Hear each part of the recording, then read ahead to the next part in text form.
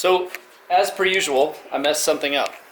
I was ordering intercooler piping on Amazon, and I was like, oh yeah, 2.5 inch, you know, what we have, like right here, right? Like this normal stuff, like everybody uses. For some reason, I ended up ordering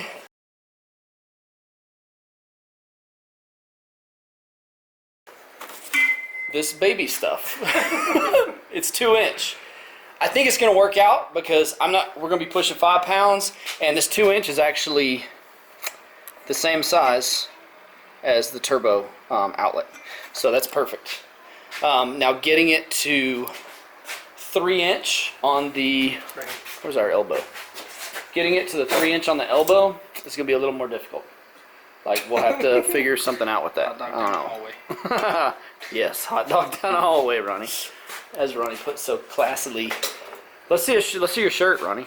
Dude, I love that. That's sick, dude. However, let's see my shirt. Look at my shirt. Okay, but hold on. Look how sick my shirt is. Boom. Should we make this shirt with that right here?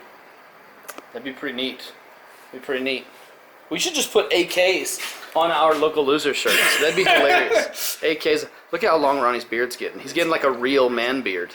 I don't know what it is. Instead of like a Joe Dirt redneck beard. Anyways, what are we doing today? Mock-up, right? Oh yeah, we're doing mock-up of the turbo kit. We have to figure out all this stuff and chop it up. Yes. Get this on, and figure out the stuff that we need, like apparently to go from 2 inch to 3 inch. Right. Stuff like that. So that's what we're doing today. So stay tuned. Beau has an infomercial for you. Hello, infomercial. Look, this is the intake elbow that we sell. When we make it, we leave this stud on here, and it's got this little thing that turns and this spring and all that. And we think that it pushes on this valve right here, and it actuates the throttle body warmer, the throttle body heater. If you need your throttle body warm, by all means, keep it on there. We live in Arizona. It's never like super freezing here, so we don't worry about it. So I cut this off. The reason I'm telling y'all this is because when we make these and we sell them to people, it usually has all this attached and stuff like, but it's so much more difficult to install this thing with all this stuff on, because this piece right here has to push down on this, and there's the spring, and you have to have, it's almost a two-man, it's pretty much a two-man job just to get it on. Anyways, I cut it off. I'm saying forget it. I cut it off. We're just going to put this on here, 4 screws, boom, intake elbow, done. Now a turbo elbow. So, infomercial, finito. So Beau's got the manifold snugged up. Yeah, no real surprises here. I mean, you know, it's an aftermarket manifold. Well, any exhaust manifold, you have like some stupid bolts or nuts that you have to get to, and you end up using like 4 different tools just to like tighten up 8 freaking bolts. It's real dumb. So, but no real surprises there. The only thing, like now that I've got this on, look what's right here. And we knew that from Ronnie's truck because he blew this up. The turbo was like real close to here, so it ended up blowing up this AC line. So I this bent is mine definitely up here. something. Oh, did you? Yeah, and down there, and it still was. Did it come over the brake No, not real far. reservoir? Not real far. Just out of the way of the turbo, mostly. Yeah, I mean not enough. Yeah, not enough apparently. Yeah. So Tell them about the studs that we have coming and why we got those. what we'll probably end up doing is having a custom AC line made, because Beau does want AC. And everything works fine as far as having the turbo here and having AC, except for location. So this just needs to be like straight a little further, and then like come this way, and then over here, and then down to there. Right on. Right on. We have some studs coming. We're going to link those down in the description below. They are from a New Edge Mustang, which is like, what was it, 2001, 2002, something like that? Yeah, 2001, 2002 to like 2003 or 4. They happen to be the same size, and they make some really nice stainless steel ones that have like Allen heads in the studs, so you can actually like tighten them up in there, and they're real nice. That's what I bought for my truck, and Beau got some for his truck. We'll link them down below so you guys can get them for your truck. We have to get bolts for our adapter because we have 1 stud in there, and that's it. This is how this is going to work. Like this is T3, this is T3, and this is T25 right here. This is T2 up here. So we have to bolt this down like this. when we get this off, we're going to try to get this stud out and see if this is flat, which is real important because like this is made like however, you know, it's cast, so we have no idea if this is flat or not. So and how accurate their machining process is. Yeah. Because they could not make them that flat This at all. already won't go over that the fat part of the stud right there. I don't know if it'll go on over that. Oh, is the We stud too long? might have to drill that out. Or is the stud too long and hitting the top? Maybe. Can I back this out? Maybe. Maybe. I mean, yes, it'll come out. We're gonna try to back this out. Okay. We'll be right back. We'll be back. What's the best, worst thing you ever did? Dude, if you're thinking about putting these freaking fender mirrors on your hard body, just know that if you ever want to lean over the side of your hard body to work on your truck, like you're gonna have to take these things. You can't. Off. It's no like you're gonna have to do everything from the front because like these things get in the way all the time. Anyways, back to our regularly scheduled program. Look at how tiny this turbo is. It's pretty little. It's going to spool immediately. I'm super stoked about it. We've had a few comments on the YouTube about how small my turbo is. Well, smarter guys, like all factory cars that are 4 cylinders come with turbos this size because of drivability. Because turbos this size spool fast and they make for really fast driving. Do they make 500 horsepower? No. But they make for super fun daily driving. A T25 turbo was made to go on an SR20. Right, and then they came out with a T28, which was same flange, a little bit bigger compressor. Yeah, I think both are a little bigger. But barely. And then they're like ball bearing instead of journal bearing. I don't think they were initially ball bearing. Oh, really? They were ball bearing when they went to S15s, I think. Okay. I don't know. It doesn't matter. We're not dealing with SR20s, so... They're little. Yeah, they're little. So, a Subaru turbo. This is a WRX turbo. In comparison, here, I need your help. Okay. We have to get one of these. Oh, there's another T25 right there. Boom. So, the turbo that's on this, which is right there. Oh shit, I hit it. And that makes what, 230? 227 at the crank or whatever? Yeah, 227 at the crank is what it's supposed to be. That's pretty much the same size. That's almost exactly the same size. So- it looks like Yeah. almost the same turbo. That's a WRX turbo. Yes, and they'll push almost 300. Yeah, they make decent horsepower. They'll make almost 300, but like I said, we're not terribly worried about that. In this initial stage, eventually we may step up to a T3, T4, and we'll see how see how that spools. I mean, we know how it spools because we use it on Ronnie's truck. This massive thing is an upgrade for a diesel pickup truck. That's how big that turbo is. Beau's Arc 7, same thing. Bigger than a factory diesel like Duramax Cummins Power Stroke Turbo. They're bigger than that. And yours spools pretty good, So- I think. Yeah, I think the STI does okay. Yours is a 2.5 liter. Yeah, 2.5 liter. So, but I mean that's a monster turbo, and that car hits peak boost at like $4,000. So pretty good for giant. Like the T3, T4s work good. They work good. They work really good. They make power and whatnot. I just want like super quick spool. That's why I'm going with this. I ran, this setup is identical. Like what we're doing, except for a 2-inch pipe, is identical to the way that I first turboed my truck, except for we put an SAFC in it. That's the only difference. And my T25 spooled so fast, and it felt great. It almost felt like it was always In boost, yeah. It was just like it was always in boost. It was so funny. It had like the smallest amount of lag, and it was nothing. Like you got into it, and it was just like, whoop, here she comes, and it was really nice. When I went to the T3, T4, it was a little bit lazier, not a whole lot, but this turbo is too small for a 2.5 liter, which is what the motor is. So they kind of run out on the top end. If you guys have ever seen my dyno curve for my truck, it went like this, and then it goes, whereas the torque goes like this.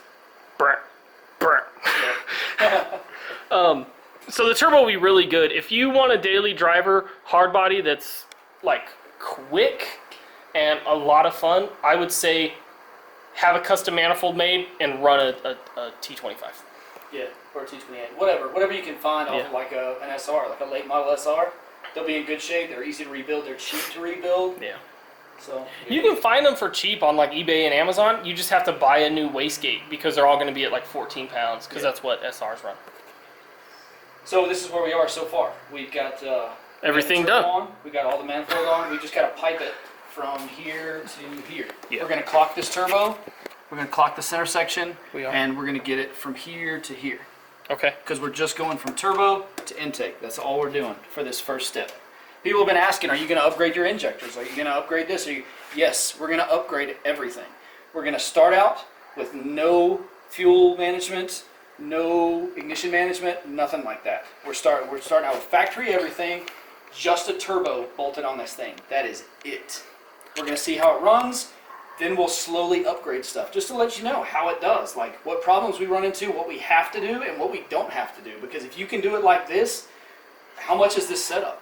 $400? Yeah, not much. Like $400 or $500. Your most expensive part is going to be a wideband. A wideband, which have gone down significantly in price, and you can get for $150. Yep, and you can get a brand new turbo for less than that on eBay. Yeah. T3, T4. So if we added up, like doing this bare minimum, like reusing gaskets, not buying new studs, just buying what you have to have, you're talking about $100 for our intake, or equivalent. You're going to spend about that regardless. $100 for a box of intercooler piping. Say $150 for a turbo, $150 for a manifold, and $150 for a wideband. And then what? $50 for $50 to $100 full for return? incidentals. You'll have to go to if you don't have a welder, you'll have to go to somebody to get your downpipe to match up with the rear of your turbo. We're having to do a bunch of special stuff just because I want to run a T25. Like, don't think that this is the easiest, cheapest setup, because a T25 is not. Buy a T3. Yeah, buy a T3, T4 if you want to go with the easiest, simplest, cheapest. Because like we're having to take this wideband, this V-band flange, and we're gonna have to like weld it on to the back of this thing to get a T3 a T3 3-inch downpipe. Yeah, a 3-inch downpipe to whereas hook up to that. If you were to take this T3, T4, Boom. Done. Perfect. And it done to the manifold. Yep. Done. T3 manifold. So yeah, T3, T4 is probably the easiest, cheapest way to go. Yeah. But I wanted to do this, so this is where we're starting right here. Eventually we'll upgrade to T3, T4, but I wanted to see the limits of this T25, which we will see. Yeah. As per usual, I've coaxed Ronnie into working on my truck. If you can be the camera guy, do it. It's way easier than actually doing the work. Let's see what Ronnie's doing here. Should I start micromanaging him also?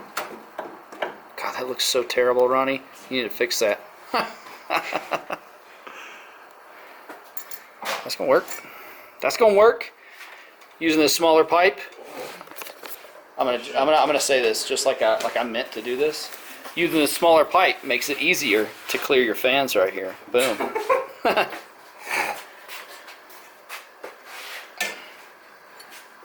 If you've never mocked up intercooler piping, it is one of the easiest and most satisfying things to do. Like, it's aluminum, so it's fairly easy to cut. And it's just like, put this elbow here, put this straight here, put this coupler here, put these freaking V-band, or these hose clamps here. And it's always pretty simple. save your scrap. Always save your scrap, because you never know when you might need it. Boom, look at that. Ryan's going to weld that up for me. The TIG master. One piece of intercooler. Yep. Nice. That'd be so dope. You gonna take that up, Ronnie? No, I think it... What? How would you get it off? Oh, that's a good point. I don't know. Take it off that end first. Take it off that end first, and then take this end off. Done. Maybe. I don't know. Break it, cut it. Have to cut it every time we take it off. That'd be funny. No, it'll probably Sounds like be 100 welds. End up looking like Frankenstein's monster. There it is. It's lobster tail, but on the straight part. So this is what it's going to look like when it's done. How funny is that? How funny. I wonder if we can get some direct airflow on this piping to like almost make it like an intercooler. I mean, you have these little hood vents. I do have little hood vents. Look at that. Got little vents up there, and they have little holes. We just open those up and blow right on that pipe. Boom. intercooler. I don't know if I mentioned it before, but having like legit shop tools is super nice. I mean, not that we have like legit shop tools, but we have enough, you know, like we just got this bandsaw, which is super awesome. We've got it in a vise, which is super ghetto, but it works. Like 2 people have to work it because one person has to pull the trigger and the other person actually has to do the cutting. What I did today is I was out here by myself, so I used a zip tie. Really? Yep. You zip tied the trigger down? Yep. That seems so dangerous. Anyways, having all these tools is nice. It's super nice. Welders and cutters and stuff. Look at that. Look at that. If that's not the most high-speed turbo setup you've ever seen, I don't know what is. And guess what? We're going to run it just like that. More or less. We have to cut this off right here. Boom. And we'll have to get a different coupler. We'll have to get a 3-inch to 2-inch coupler. If we can even find something like that. I'm sure they sell something like that. Wouldn't you think so? 3-inch to 2-inch coupler, and Amazon. it's going to do it. Let's cut this off and see if we can get that like sticking in there. Here we go. We're about to do some ghetto bandsaw stuff. Look, I'm going to pull this trigger. Look at this. I'm making cuts, so I'm not even doing anything. This is awesome.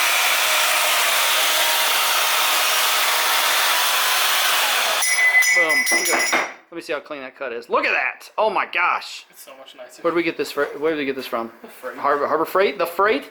Yeah, we get like everything from Harbor Freight. But it works. It works. Look at that. Boom. Done. You think will be a big boost leak right here? No, we'll just put some duct tape on it. Right on. All right. So this is how we're starting off. This is the primary mock-up right here. This is it. Like, this is what my turbo kit is going to look like. Dude, how freaking redneck is this? I'm from Alabama, so cut me some slack. But my goodness, like, this is like the simplest thing I've ever seen. But I assume this is how turbo kits started out. Like, some dude was like, hey, let's use this exhaust gas for something, since it's just going out the back of the car. And another dude was like, hey, I made this like turbine thing.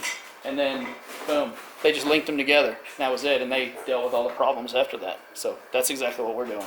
Going back to the Stone Age of turbocharging. So this is it. This is me and my new turbo setup. What do we have left to do? Exhaust? Exhaust and oil. And wideband. That's right, we're doing gauges because we're trying to get like as much information out of this as you can. You don't have to do gauges. You don't even have to do an air fuel, an AFR gauge, but like a wideband. But it's nice. It's good. It tells you if like anything's wrong, if you're going too lean, going too rich, whatever. Anyways, that being said, most people watch what they're doing, not what their car's doing. Like, honestly, like you have a wideband in your RX-7. Yep. I have one in my truck and I have one in the STI. Yep. Do I pay attention to them? Probably not. Do you pay attention to yours? No. Exactly. So there you go. But for tuning purposes and just for diagnostic purposes, it's really nice to have a wideband. We're going to have a wideband. We'll have oil temp. We'll have water temp. We'll have oil pressure probably. We will shoot a video probably on getting all those gauges in, just cause. The videos we have left on this initial setup will be us building our own exhaust.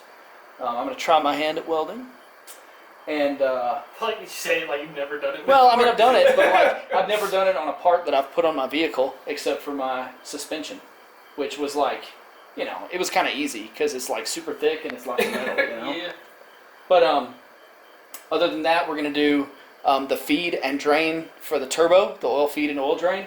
We'll show you where to tap for those and where to run that, and easier ways to do that. That's the whole point of this, is to show you like easy ways to do that. But for now, that is it, right? I think so. That's it. So we'll see y'all later. Bye, guys.